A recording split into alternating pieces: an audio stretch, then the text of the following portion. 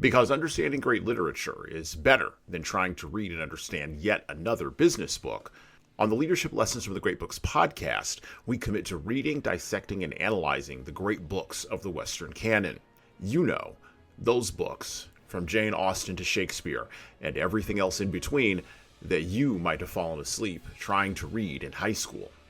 We do this for our listeners, the owner, the entrepreneur, the manager, or the civic leader who doesn't have the time to read, dissect, analyze, and leverage insights from literature to execute leadership best practices in the confusing and chaotic postmodern world we all now inhabit.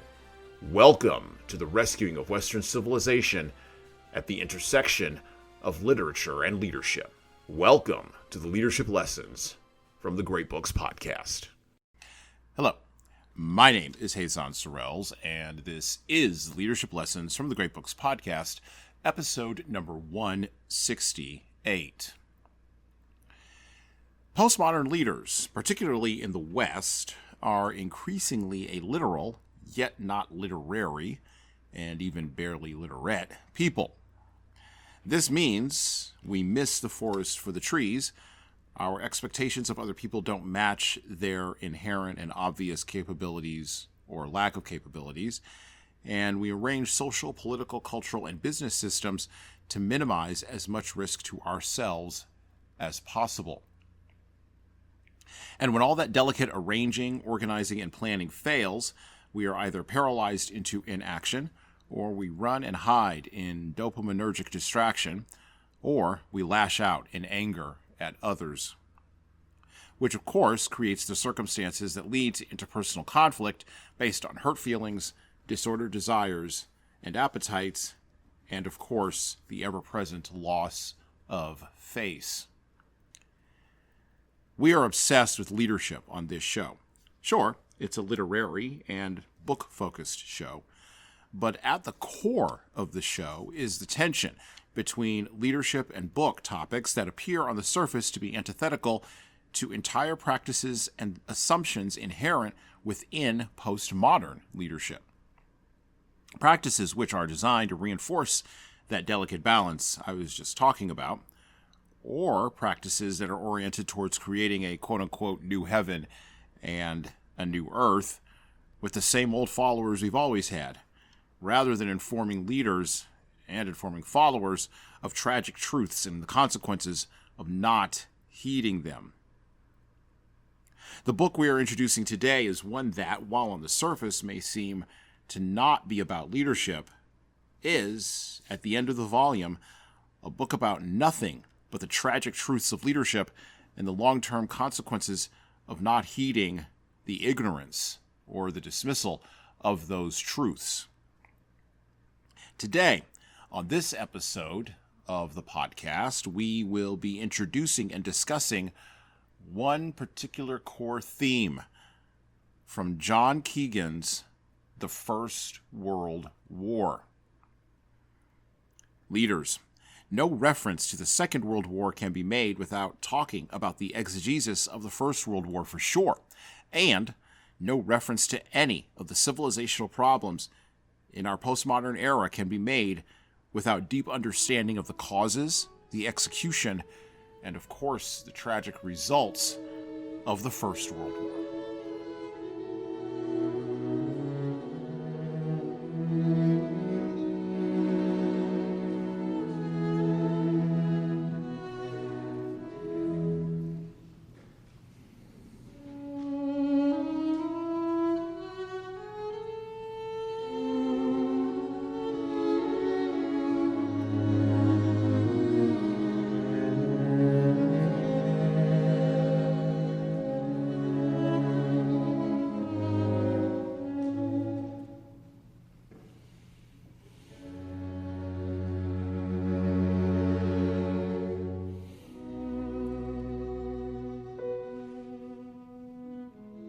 And we open with an examination of our volume, The First World War by John Keegan. The book is set up in an interesting way. By the way, the version that we have is published by Vintage Books, a division of Random House. published back in 1998. And so, of course, as with all books that are under copyright, we will not be reading directly from the book. However, I do want to give you a brief overview of what you can expect when you open up this volume. So there are 10 chapters in the First World War by John Keegan,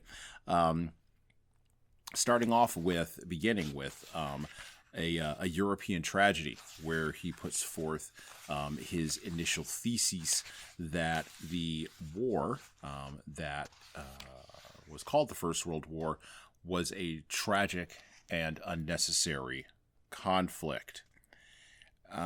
He goes further in stating that the crisis that led to the First World War could have been avoided, and that the suffering that was inflicted upon the Germans, the British, and the French, and of course many others worldwide, could have been avoided. It could have been ameliorated in the crisis, or during the crisis of 1914, during that summer.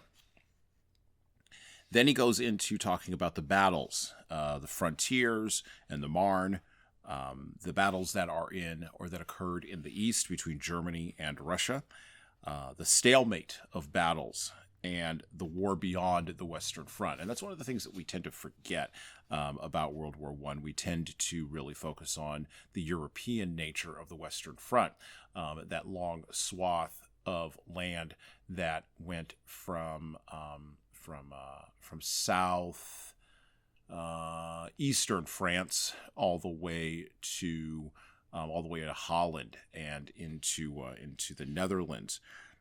We tend to really focus on the trench warfare that occurred in that area, and we tend to forget that there were colonial powers that were involved. Not that there were colonial powers. We tend to forget that the major players were colonial powers, and that as a result, their colonies got involved in the war.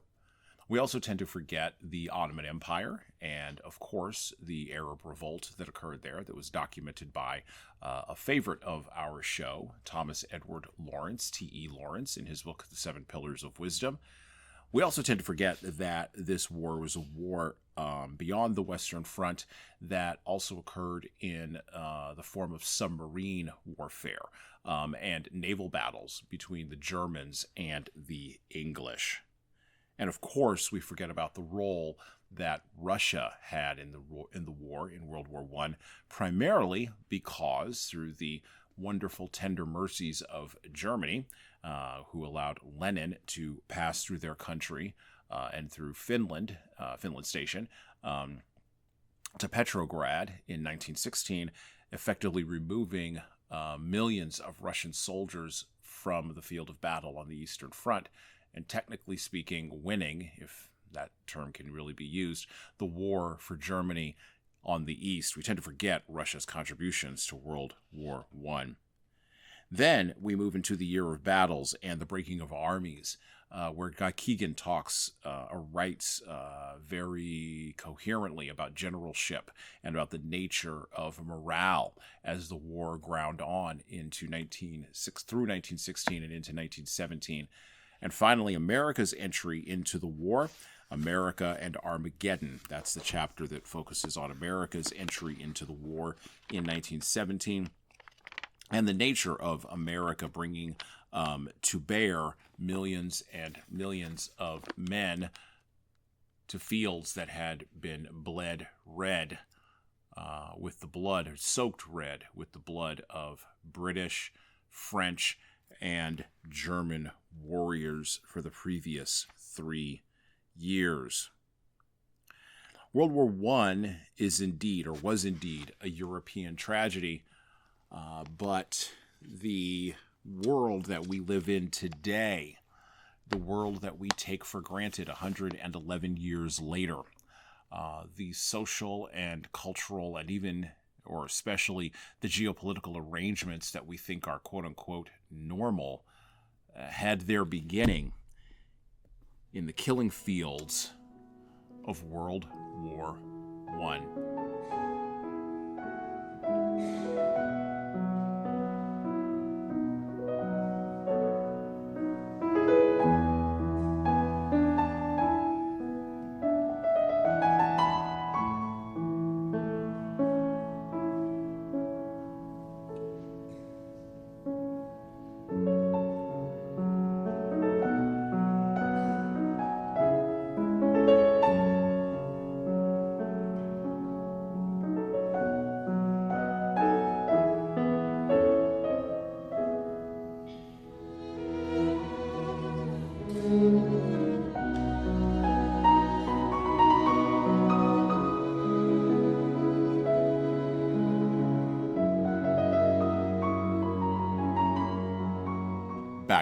look back to the First World War by John Keegan.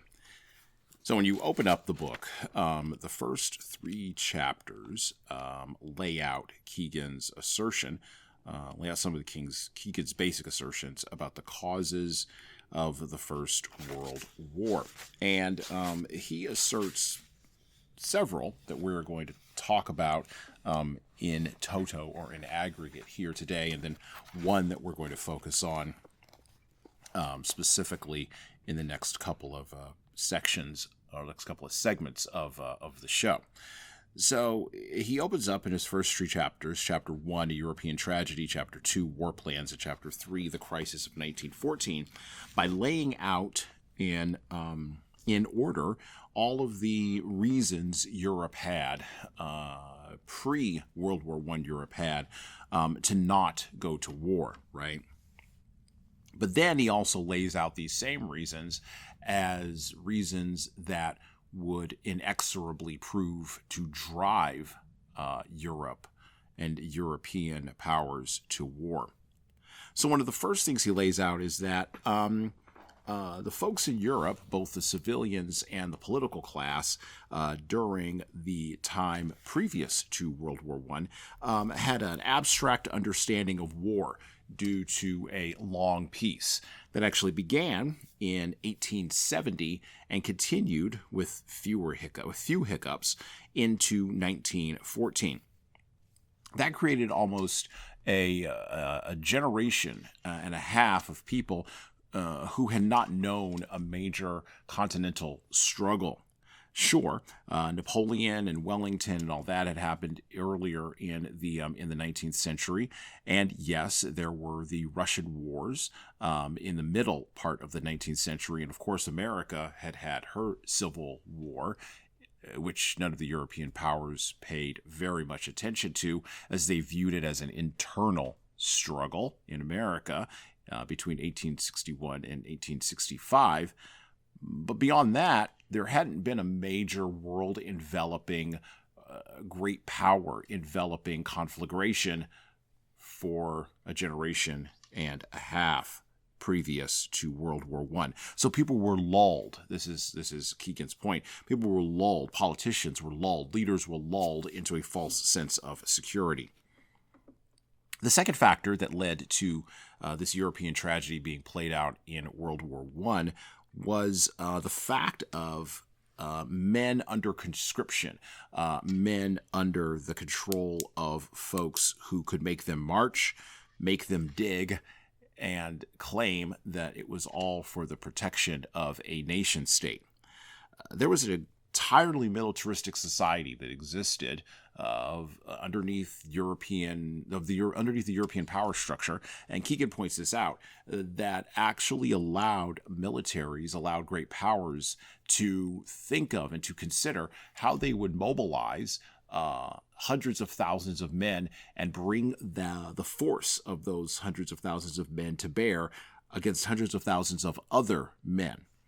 Military society also, or the creation of a military society, a military subculture in and amongst the European powers of the British, the French, and most, of course, notoriously the Germans, allowed politicians and generals, more so generals than politicians, to make war plans. And war planning was something that Keegan points out had become more formalized during the back half of the 19th century. As he points out in the first 3 chapters, when he talks about Schlieffen's plan that was eventually adopted by Moltke in Germany and eventually executed by the German generals in World War I to stalemate results. These war plans were created by men who had very little actual practical war experience, right?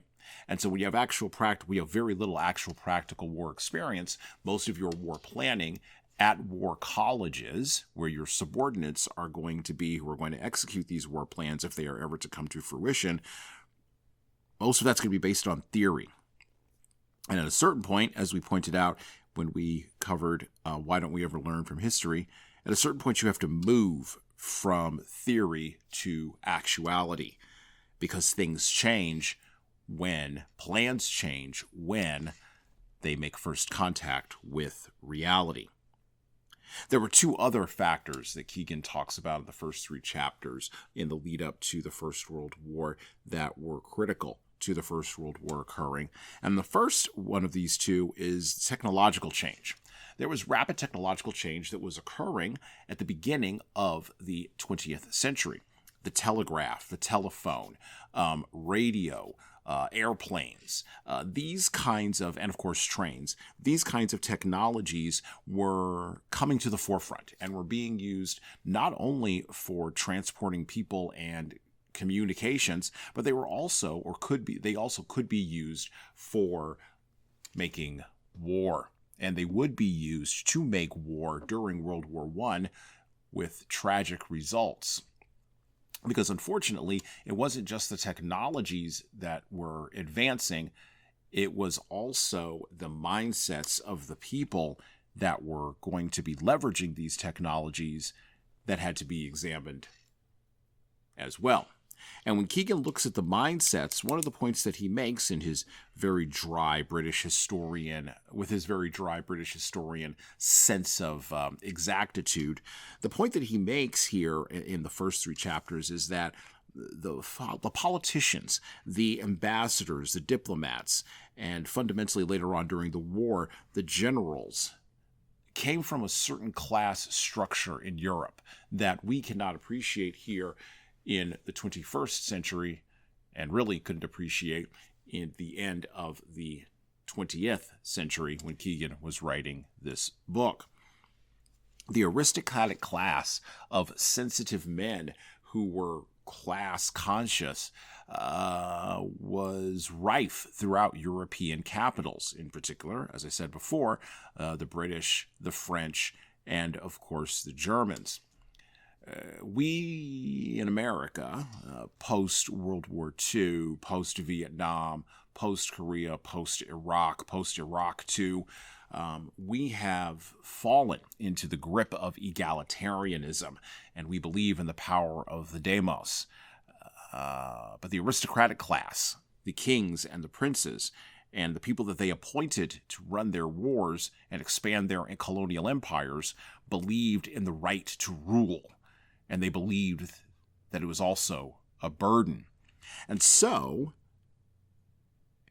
a person with an aristocratic mindset who is faced with new technologies that they don't fully understand or appreciate, faced with a long peace and an abstract understanding of war among their populaces, but also having access to the greatest resource a military mind can possibly think is the greatest possible resource, bodies and plans, there is certain level of inexorability that comes along with all these factors that ground the Europeans towards an apocalyptic tragedy.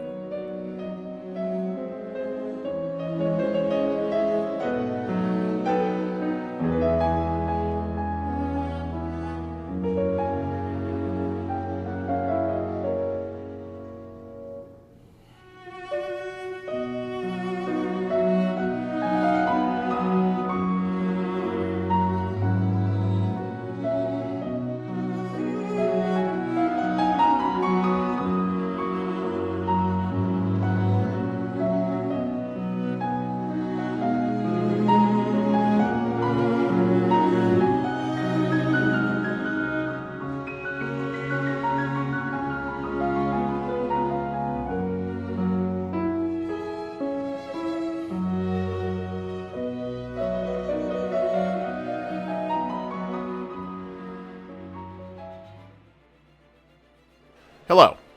So I'm going to do some shilling here, and hopefully this will be a pause in our riveting conversation for you.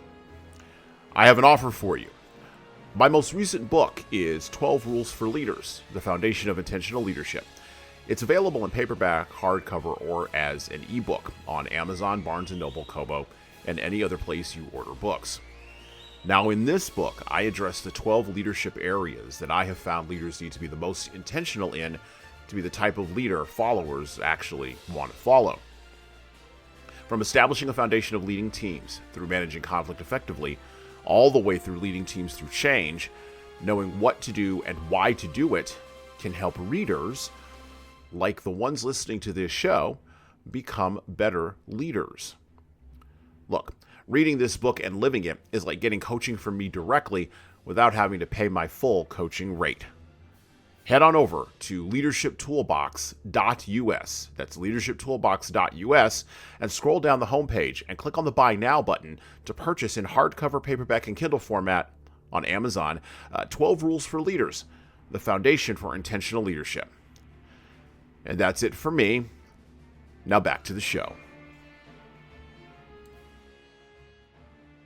So what are we to take from all of those ideas that Keegan puts forth in the first 3 chapters of his 1-volume overview of the First World War? Well, there's a great quote, actually, in the book, and it sort of summarizes a larger idea in a very British fashion that I want to talk about. It's in his section marked "A Europe of Soldiers," or labeled a Europe of Soldiers," and it says this: there was, admittedly, a fear of war in the abstract. He's talking about in Germany, but it was as vague as the perception of what form modern war itself might take.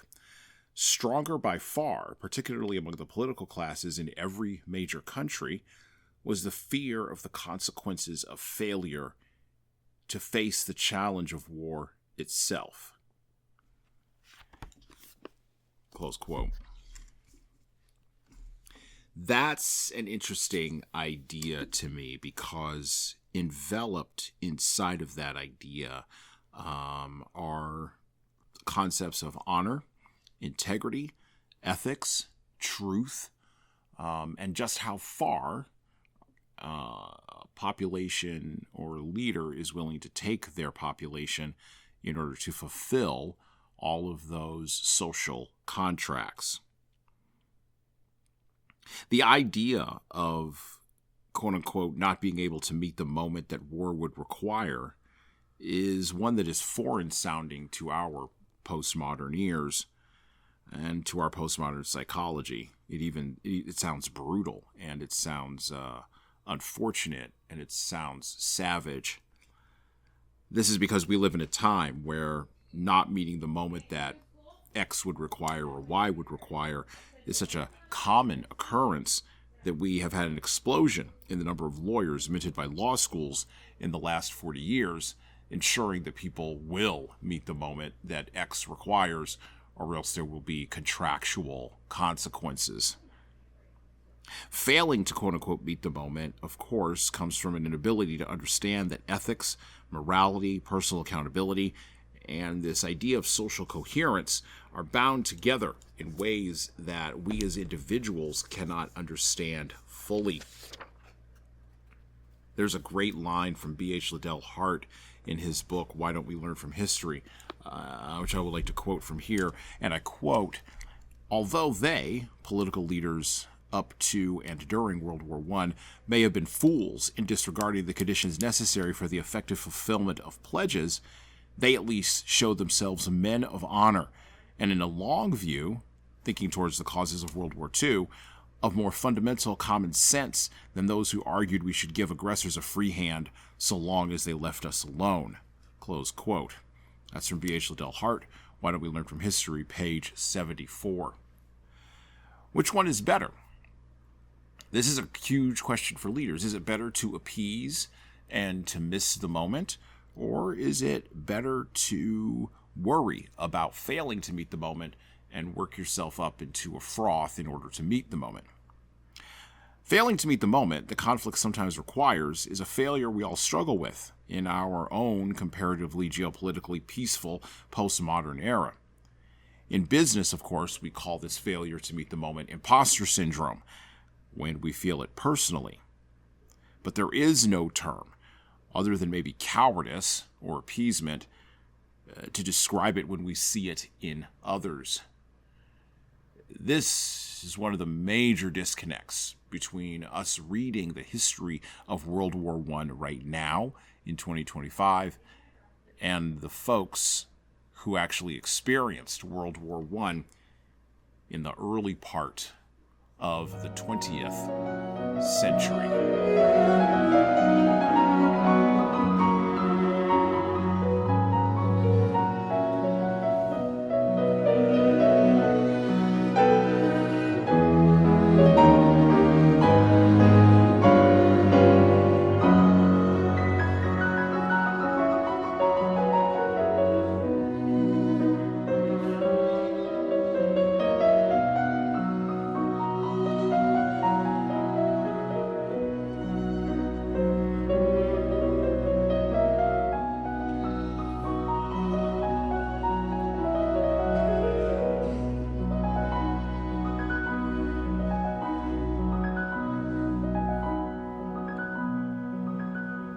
Right, back to the book, back to the First World War by John Keegan. So I'd like to bring up a point here that really, I hope, not really, but that I hope will buttress a larger point that I'm going to close out the show with. So I talked initially in a previous segment about the aristocratic cadre of class-sensitive men who were the diplomats, the ambassadors, the kings, and especially the generals who ran the First World War. Keegan points this out in his chapter entitled "The Breaking of Armies." There's an interesting paragraph here that I'm going to quote a line from, and I quote, "Would changes in command, however, change anything?" He's talking about the number of deaths in the Western Front. The generalship of the First World War is one of the most contested issues of its historiography. Good generals and bad generals abound in the war's telling, and so do critics and champions of this man or that among the ranks of its historians. This is the key quote here. "In their time, almost all the leading commanders of the war were seen as great men. The imperturbable Joffre, the fiery Foch, the titanic Hindenburg, the Olympian Haig. Between the wars, their reputations crumbled, largely at the hands of memoirists and novelists, Sassoon, Remarque, Barbousse, whose depiction of the realities of quote-unquote war from below relentlessly undermined the standing of those who had dominated from above." Close quote. Then, of course, Keegan goes on later on in the paragraph to talk about and to quote or to paraphrase from British historians who framed British generalship as quote-unquote donkeys leading lions. And, of course, this is follow-up to a previous chapter in the Year of Battles where he talks about Doug Haig, the British general, the leader of the British Expeditionary Force at the Somme. And Haig was a man who, as he paraphrased there, who would be framed as Olympian,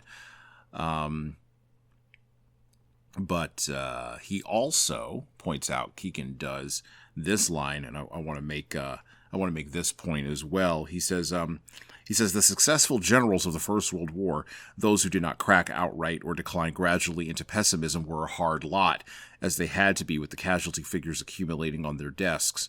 Some, nevertheless, managed to combine toughness of mind with some striking human characteristic. Joffre, imperturbability; Hindenburg, gravity; Foch, fire; Kemmel, certainty.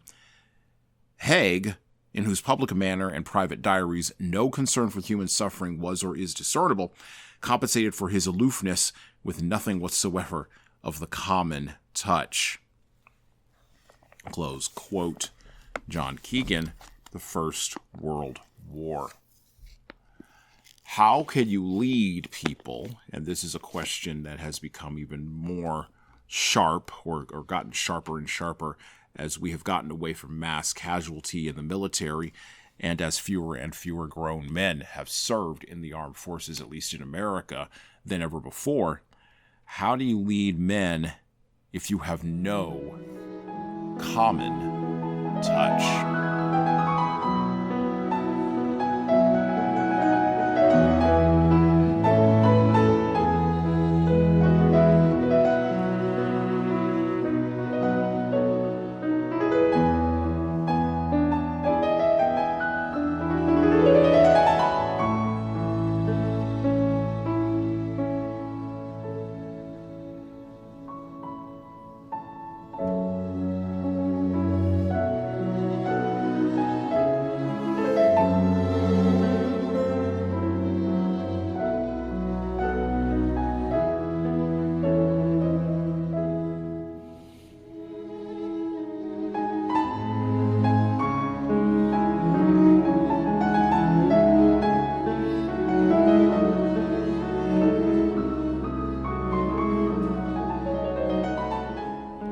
So, what are we to do with that piece, right? How are we to square the circle with the aristocratic leadership and the lack of, well, the ability to be hard-hearted, right, in the face of casualty figures or in the face of bad things? The ability to stare disappointment in the face consistently over a long period of time and not flinch. What is the one thing that sort of binds folks together that allows the top and the bottom to work together during times when mass casualties are happening in a war, or when maybe mass firings are happening in a business? Well, in order to make a civilization, we have to agree on what is at the root of a civilization. What is the thing that binds us? What is the act that binds us all together? And B.H. Liddell Hart made the point in his book, Why Don't We Learn from History, that civilization is built on the keeping of promises.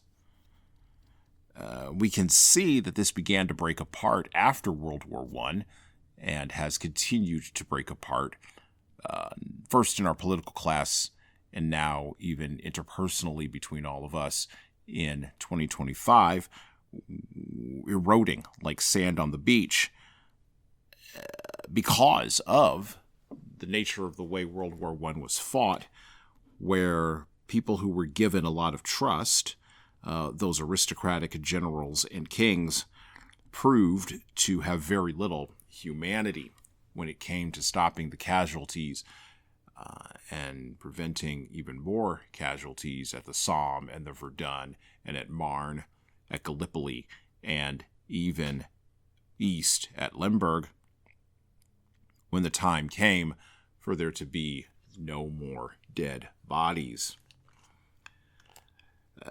I'm not the first person to point this out, this breaking of trust, from another, according to John Keegan anyway, less impressive historical writer who lived during that time, T.E. Lawrence, who we have talked about on this show, comes this sentence from the introduction to his World War I memoir, I guess is what Keegan would say, of the Arab Revolt, The Seven Pillars of Wisdom. And I quote, "We were fond together because of the sweep of the open places, the taste of wider winds, the sunlight, and the hopes in which we worked. The moral freshness of the world to be intoxicated us." He's talking about the people who joined up with him to engage in the Arab Revolt, from the Mecca of Sharif all the way down to the average man who were suffering under the yoke of the Ottoman Empire. Back to the quote. "We were wrought up in ideas, inexpressible and vaporous, but to be fought for. We lived many lives in those whirling campaigns, never sparing ourselves." And this is the money quote. "Yet when we achieved and the new world dawned, the old men came out again and took our victory to remake in the likeness of the former world they knew. Youth could win, but had not learned to keep, and was pitiably weak against age. We stammered that we had worked for a new heaven and a new earth, and they thanked us kindly and made their peace." Close quote. Yeah, those old men who thought that they had not lost trust, those old men who believed that they had behaved with honor and had kept the political and cultural and civilizational promises to others in Europe, didn't quite realize that the millions of dead indicated that they had kept the wrong promises. The genuine guarantee, the only guarantee of civilization, is built on the rock of keeping promises. And the one thing you could say about all the players in World War I, from the kings and the princes to the generals and even the ambassadors, was that they were trying to keep promises, or at least to avoid committing to new ones. But the mistake they made was that they didn't realize when those promises should be broken.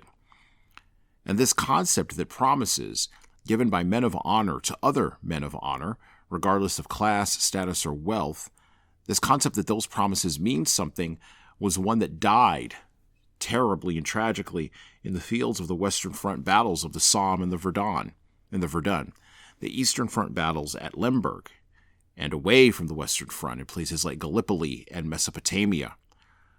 But this concept that promises mean something was not fully destroyed until after Vietnam and well into our own era.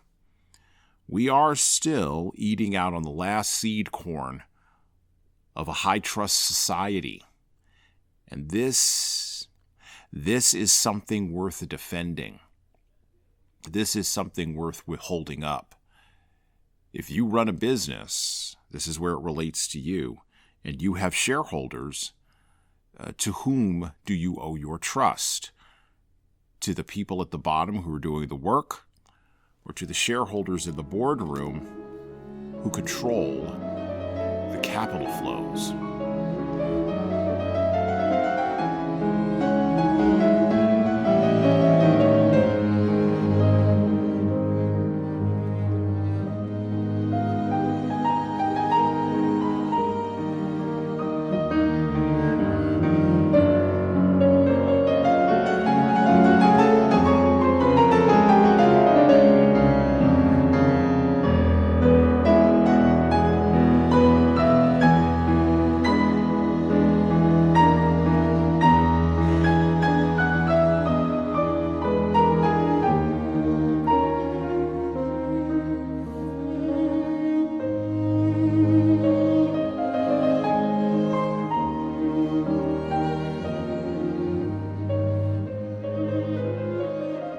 So what are we to make of John Keegan's book, The First World War? What lessons are we to take from this book and apply to our leadership lives 111 plus years after the end of the war, after the beginning of the war, actually? 111 years after the guns started up and then fell silent. What are we to take from the First World War? What are we to take from Keegan's writing about it as a Britisher writing about a British war? What are we to take as American leaders from this? Well, we're going to do a deep dive into some of these other topical areas that we didn't really focus on in this introductory episode when we talk with Tom Libby in our next episode, 169. So I would encourage you to check that out. But there are some things I think that we can glean about civilization from this book. Some lessons that I think will be helpful for us as leaders, whether we are leading in a small business, leading in a community, leading in a family, or even leading a larger enterprise, a larger business, where the decisions are much more, weighty and potentially even difficult. Couple of things to point out, though. In some ways, we are returning now in our own time, and I think this is part of what's flummoxing us in our own time. We are returning to the world that existed before any of us listening or hosting this podcast were even born. We are returning, in many ways, we are turning back to a pre-World War I world of power politics, honor being more important than words and treaties, and civilizations that are relying on trust to keep going. This feels fragile to us when I say it out loud, and it also sounds delusional because it is unknown, and also because we are in a world where all of that kind of pre-World War I stuff seems so abstract, right? And seems to be fragile and lacking robustness because, we fundamentally, culturally frame the reality of our lives in a post-World War II context of supranational institutions, mega corporations, and quote-unquote gee whiz technology, where everyone, even the poorest among us, gets richer and fewer people have anything to fight about, or anything much to fight about anymore. This thinking, of course, this post-World War II focused thinking, has its dissenters. And the Minority Report on such thinking is based, such as it were, in the pre-World War I mindset that encompasses strict hierarchies, martial obedience, minimal egalitarianism, and limited quote-unquote democracy. Because the demos, as all of those pre-World War I ambassadors, kings, generals, queens, and leaders and politicians knew, the demos are loud, they are confused, and fundamentally they are stupid. And we in the demos, don't like being called stupid. The tension between both those poles, of course, is reflected in the minor leadership struggles at the minor levels that we have today. Sure, we use terms from the military like VUCA or frontline or service interchangeably with other civilian terms to describe what the actions are that people are making in our organizations. But with fewer and fewer of us in the West having either carried a gun and marched or having killed someone to gain a strategic position, we don't really know what we're talking about. And of course, I was just reading an article on Substack about the potential that was asking the question, are we in America currently in a civil war? And then you go and read the comments. By the way, here's a pro tip. Never read the comments on a Substack article or read the comments on anything else on the internet. What you read there is the assertions of people who've never actually had to shoot anybody in anger, who don't understand where a martial spirit winds up at, but also people who feel that we are in a declining society. I don't know how we solve those tensions, and I don't know that Keegan, if he were writing a book today, if he were even still alive, 25 years on from the publication of the First World War, I don't know that he would have anything to tell us. I do know that if we return to a pre-World War I world, at least in mindset and maybe in leadership, maybe that ameliorates some things. But maybe I'm wrong. Maybe our technology is too far gone. Our mindsets are too much changed and colored by the exigencies of the Second World War, a war that would not have happened without the First World War. And maybe we have nothing to look forward to other than a continuation of experiencing the consequences of that first horrible European tragedy at the beginning of the last century. We're going to talk to Tom more about all of this and kind of see where this goes. But for right now, that's it for me.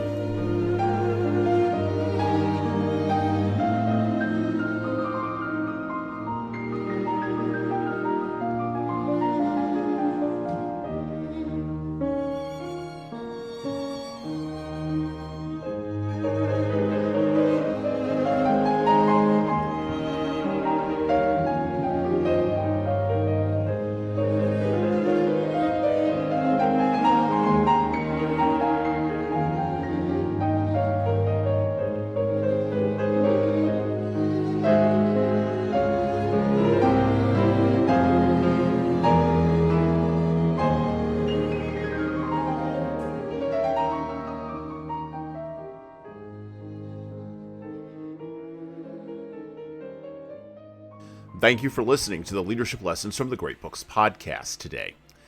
And now that you've made it this far, you should subscribe to the audio version of this show on all the major podcast players, including Apple iTunes, Spotify, YouTube Music, and everywhere else where podcasts are available. There's also a video version of our podcast on our YouTube channel. Like and subscribe to the video version of this podcast on the Leadership Toolbox channel on YouTube. Just search for Leadership Toolbox and hit the subscribe button there on YouTube. And while you're doing that, leave a 5-star review if you like what we're doing here on Apple, Spotify, and YouTube. Just go below the player and hit 5 stars. We need those reviews to grow, and it's the easiest way to help grow this show. And tell all your friends, of course, in leadership. By the way, if you don't like what we're doing here, well, you can always listen to another leadership show. There are several other good ones out there. At least that's what I've heard. All right. Well, that's it for me.